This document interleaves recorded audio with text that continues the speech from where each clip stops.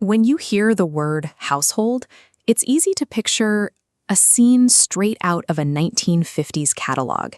A smiling, spotless family, perfectly in sync, with zero conflict. But actual human households are rarely that simple. Real families carry the heavy, complicated weight of their own histories, struggles, and trauma. Because we carry that baggage, we often make a structural mistake when trying to build communities.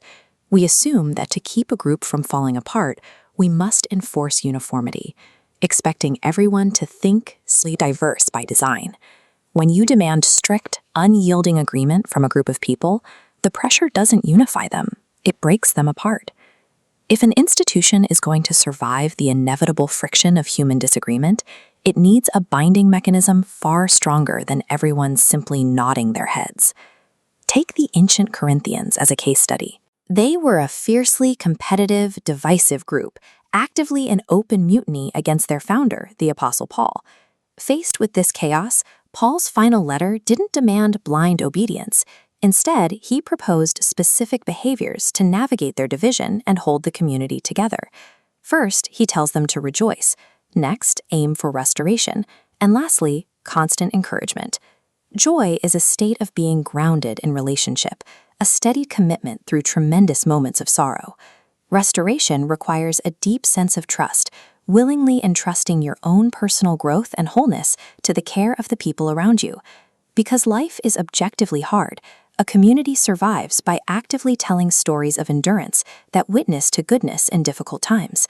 Cultivating this sense of shared joy, restoration, and encouragement builds the emotional stamina a community needs before it can handle the intense friction of differing opinions. This leads to the concept of being like-minded, which operates differently than you might expect. True unity does not require everyone to share the same opinion. Imagine a meeting with 10 people voting. If all 10 vote identically in favor, that's unanimity, clean but fragile. But if 7 vote in favor and 3 against, it can still be a consensus. Consensus happens when those 3 remain bound to the group by a shared mission. Finally, Paul calls for peacemaking. In a world defined by hostility, this means more than just stopping arguments.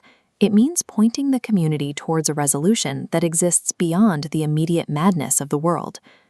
Unbreakable unity is defined by a shared commitment to a forward-moving mission. It thrives when a community values connection to one another more than the need for total agreement.